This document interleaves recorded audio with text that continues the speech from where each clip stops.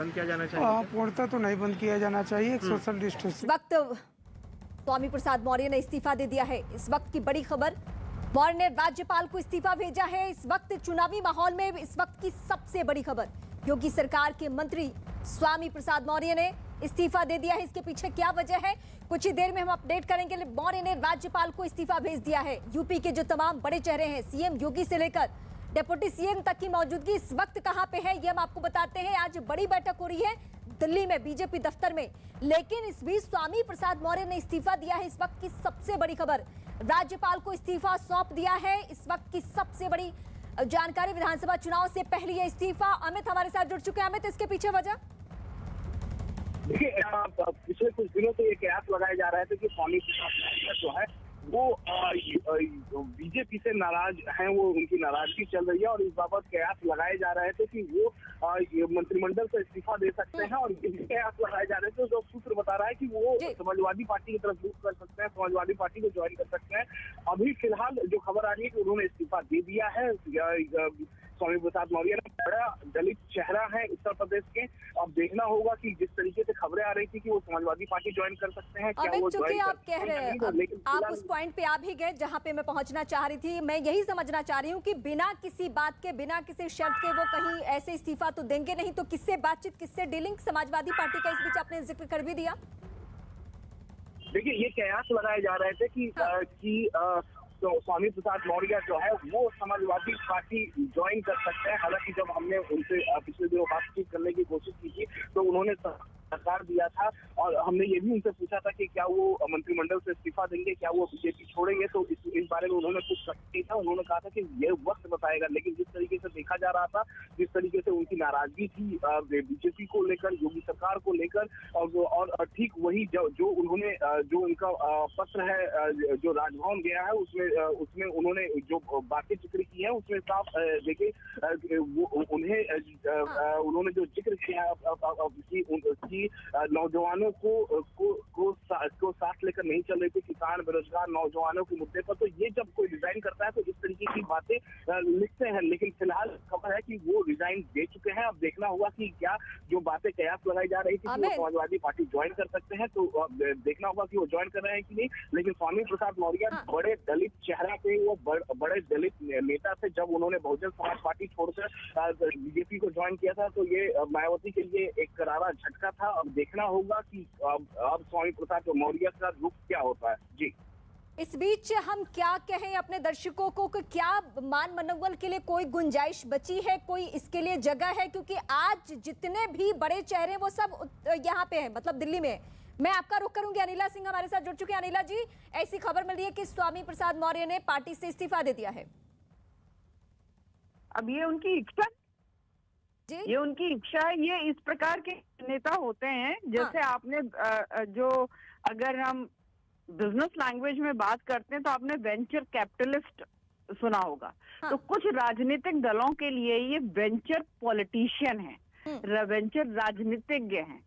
तो जिस राजनीतिक दल में जाएंगे उनको ये लग रहा है कि इनके आने से बहुत बड़ा फायदा इनको हो जाएगा, तो शायद गलत फहमी में है। अनिला जी, आप तो ऐसे बात कर रही हैं जैसे आपको पहले से मालूम था कि इस्तीफा देने वाले हैं और सब कुछ पहले से तय है, और आपको भी इस बात की खबर थी? तो भारतीय जनता पार्टी तो अपना काम करती है। और जो हमारी विचारधारा से जुड़कर हमारे साथ काम करेंगे जन कल्याण के लिए, तो हमारे साथ जुड़े रहते हैं। पर मैं ये कह रही हूँ कि जिस भी राजनीतिक दल में वो जाएंगे तो वो सोच रहे हैं कि उनके लिए ये मौर्य साहब वेंचर पॉलिटिशियन की तरह सिद्ध होंगे। तो मैं ये कहूंगी कि ये बैड इन्वेस्टमेंट है।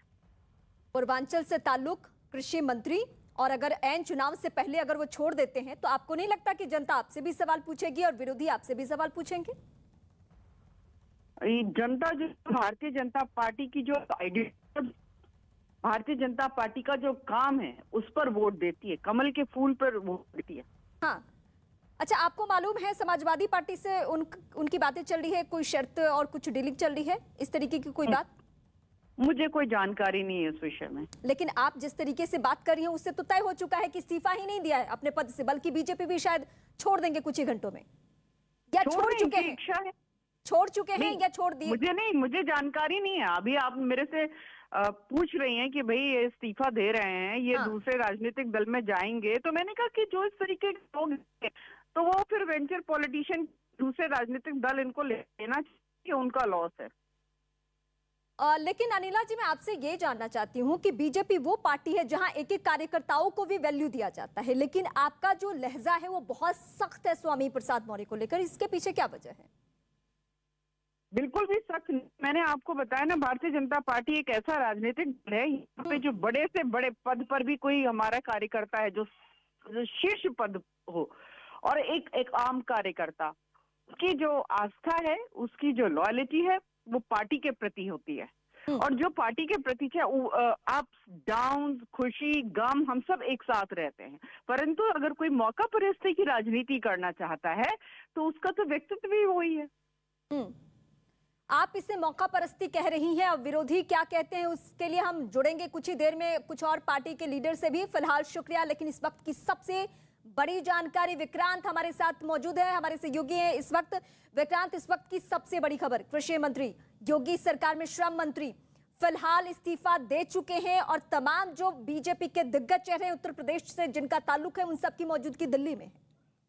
देखिए, बिल्कुल स्वामी प्रसाद मौर्य बड़े नेता हैं बीजेपी में, और उनकी बेटी जो है संघमित्रा मौर्य, वो भी बदायूं से सांसद है। एक बात ये भी है कि ये खबरें आ रही हैं कि अब ये समाजवादी पार्टी में शामिल हो सकते हैं स्वामी प्रसाद मौर्य। और संघमित्रा मौर्य जो इनकी बेटी थी, इन्होंने बदायूं के लोकसभा चुनाव में अखिलेश यादव, सपा सुप्रीमो अखिलेश यादव के भाई धर्मेंद्र यादव को हराया था, जो उनके चचेरे भाई है। तो उनको हरा करके वो लोकसभा में पहुंची थी बीजेपी की टिकट पर। और अब समय का फेर देखिए कि आज उन्होंने उत्तर प्रदेश की योगी सरकार से इस्तीफा दिया है, और अब ये कयास लगाए जा रहे हैं कि स्वामी प्रसाद मौर्य समाजवादी पार्टी में शामिल हो सकते हैं। तो चुनाव से ठीक पहले बीजेपी के लिए ये बिल्कुल झटका तो जरूर कहा जाएगा, क्योंकि स्वामी प्रसाद मौर्य बड़े नेता हैं और उनकी बेटी पार्टी से सांसद भी हैं। अभी कयास इसी बात का है कि उनकी बेटी का क्या कदम होगा, क्योंकि अभी तक उनकी तरफ से कोई खबर ऐसी नहीं आई है। वो सिटिंग एमपी हैं और अखिलेश यादव के चचेरे भाई को हराकर वो सांसद बनी थी। बिल्कुल, तो एक और बड़ी खबर के संकेत आप दे चुके हैं विक्रांत, वो भी हम अपने दर्शकों को अपडेट करेंगे। लेकिन दो पहलू में आपसे इस वक्त अपने दर्शकों की सहूलियत के लिए समझना चाहती हूँ कि क्षेत्रवार क्या नुकसान होने जा रहा है, क्योंकि मैं जो इनके बारे में डिटेल देख रही हूँ, पूर्वांचल से ताल्लुक नजर आ रहा है। कुशीनगर जिले के पडरौना विधानसभा सीट से ये जीतते रहे हैं, और इसके अलावा मौर्य समाज, इन दोनों ही समीकरण को अगर हम देखें तो क्या बीजेपी को नुकसान पहुंचने जा रहा है? देखिए, स्वामी प्रसाद मौर्य बड़े नेता बिल्कुल है, और उनकी जो पहचान रही है वो काफी सक्रिय नेता की रही है। लंबा उनका राजनीतिक कैरियर रहा है, और बहुजन समाज पार्टी के साथ वो लंबे समय तक जुड़े रहे थे। उनका लंबे समय तक बहुजन समाज पार्टी के साथ संबंध रहा था। उसके बाद वो उत्तर प्रदेश में बीजेपी के साथ शामिल हो गए थे। बीजेपी में शामिल होने के बाद उनको उत्तर प्रदेश में मंत्री भी बनाया गया, और स्वामी प्रसाद मौर्य 5 बार के विधायक रह चुके हैं। तो उनका एक लंबा राजनीतिक कैरियर है, और इस समय वो योगी सरकार में मंत्री थे। उनकी बेटी, उनके राजनीतिक हैसियत को देखते हुए ही बदायूं से उनकी बेटी को टिकट दिया था बीजेपी ने। और संघमित्रा मौर्य जो पहली बार चुनाव लड़ी थी, और उन्होंने पहली बार में ही अखिलेश यादव के भाई को, चचेरे भाई को हराया था, और उसके बाद वो लोकसभा पहुंची थी वहां। उसके बाद अब जो है इनके दोबारा से समाजवादी पार्टी में जाने के कयास, इनके इस्तीफे के साथ ही, स्वामी प्रसाद मौर्य के इस्तीफे के साथ ही कयास ये लग रहा है कि अब वो शामिल होंगे समाजवादी पार्टी में। तो निश्चित तौर में कहीं ना कहीं जी जाहिर सी बात है कि पहले से बातचीत हो गई होगी, समाजवादी पार्टी ने इनकी शर्तें कबूल कर ली होगी, और तभी इन्होंने इस्तीफे का फैसला लिया है। लेकिन मैं आपसे ये भी जानना चाहती हूँ, एक पहलू ये जानना चाहती हूँ कि आखिर बीजेपी में इस वक्त इनको क्या कमी महसूस हो रही थी? बेटी को टिकट दिया गया, बेटी ऑलरेडी जीत चुकी है, इनके बारे में आप पूरा प्रोफाइल बता चुके हैं हमारे दर्शकों के सामने, अभी मंत्री भी हैं यूपी गवर्नमेंट में। तो क्या ऐसी बात हो गई जहां से इनको पार्टी बदलने की जरूरत पड़ रही है? देखिए, चुनाव, जब भी कोई चुनाव आता है तो चुनाव से पहले इस तरीके की घटनाएं अक्सर देखने को मिलती हैं कि कई ऐसे बड़े नेता जिनके बारे में कोई सोचता नहीं है कि वो पार्टी को छोड़ सकते हैं, क्योंकि कैबिनेट मंत्री, बिल्कुल आपने ठीक कहा कि कैबिनेट मंत्री का रैंक उनके पास है, वो कैबिनेट मंत्री के तौर पर काम कर रहे हैं, उनकी बेटी सांसद है, उसके बावजूद उनकी नाराजगी सामने आना और ये कहना कि वो इसलिए जा रहे हैं क्योंकि वो पार्टी के काम करने के तरीके से संतुष्ट नहीं है और जिस तरीके से उनके समाज के लोगों की उपेक्षा हुई है उससे वो खुश नहीं है। तो 5 साल आप मंत्री रहे उसी सरकार में रहते विक्रांत, हुए मैं ये तमाम समीकरण आपसे समझूंगी, लेकिन इस बीच हमारे सहयोगी अमित हमारे साथ सीधे राजभवन से जुड़ चुके हैं, उत्तर प्रदेश से, लखनऊ से जुड़ चुके हैं, वहां की तस्वीरें भी दिखाएंगे और संभवतः बात करने की कोशिश भी करेंगे। अमित, कुछ ताजा अपडेट तस्वीरों के साथ अगर आप वहां से हमें दिखा सके।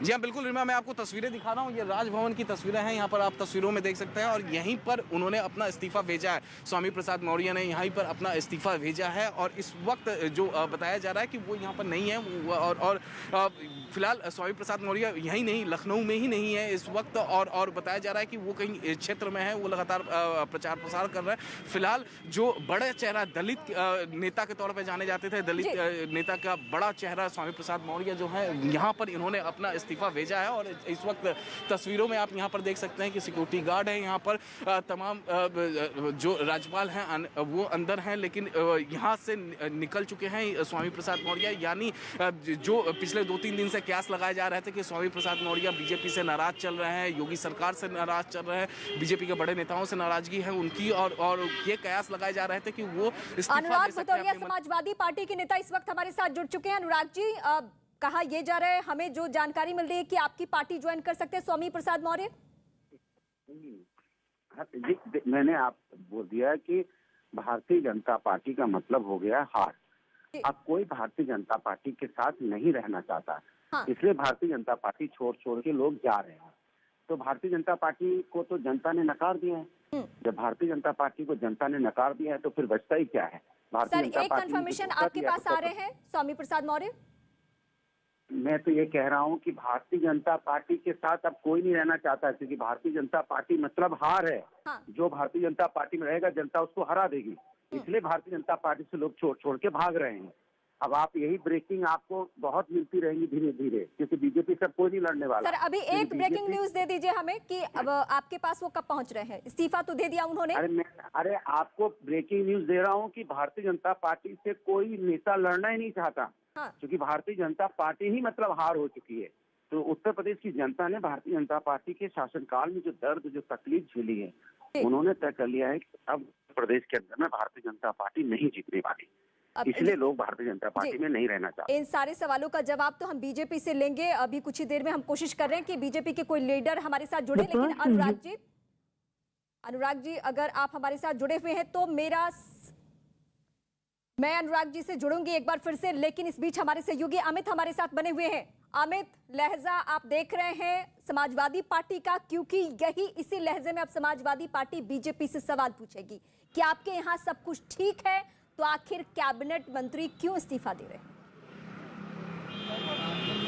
जी हाँ बिल्कुल, जाहिर तौर पे समाजवादी पार्टी इसी तरीके से ही सवाल पूछेगी कि अगर सब कुछ ठीक चल रहा था, सरकार ठीक चल रही थी, तो इतने बड़े दलित नेता क्यों वो मंत्रिमंडल से उन्होंने इस्तीफा दिया। तस्वीरें मैं आपको दिखाऊं, यहाँ पर देखिए ये राजभवन की तस्वीरें हैं और यहाँ पर देखिए चहल पहल है। यहाँ पर तमाम मीडियाकर्मी इस वक्त जो है राजभवन के बाहर यहाँ पर मौजूद हैं, यहाँ पर देख सकते हैं। लेकिन बताया जा रहा है कि यहाँ पर स्वामी प्रसाद मौर्य पहुँचे ही नहीं। हो सकता है कंफर्म नहीं है, लेकिन हो सकता है कि वो उन्होंने अपना रेजिग्नेशन जो है वो यहाँ पर फैक्स कर दिया हो, ये एक मुमकिन कोशिश है। लेकिन जो सिक्योरिटी गार्डों से हमारी बातचीत हुई वो यहाँ पर पहुँचे ही नहीं। इसके अलावा स्वामी प्रसाद मौर्य अपने घर पर भी नहीं है। जो सोर्सेज बता रहे हैं, जो वहाँ पर जो लोग हैं वो ये बता रहे हैं कि वो क्षेत्र में कहाँ है, इस बारे में कोई जानकारी नहीं है। पिछले बताया जा रहा है कि पिछले कुछ दिनों से स्वामी प्रसाद मौर्य नाराज चल रहे थे अब यहाँ पर बीजेपी के बड़े नेताओं से, जिसके बाद जब उन्होंने रेजिग्नेशन दिया है तो उन्होंने कहा है कि नौजवानों नाराज चल रहे थे। यतेंद्र शर्मा भी इस वक्त हमारे साथ जुड़ चुके हैं। ये नाराजगी की वजह चुनावी माहौल में क्या हो सकती है? क्योंकि उनके पास सब कुछ है, उनके पास पद भी है और कद भी है, लेकिन उसके बाद भी अगर उन्होंने पार्टी छोड़ने का मन बनाया है, अपने पद से इस्तीफा दिया है, तो उसके पीछे कौन कौन सी वजह है?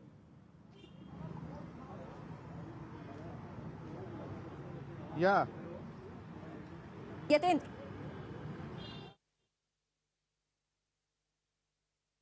आप तक आवाज पहुंच रही है? जिस तरह से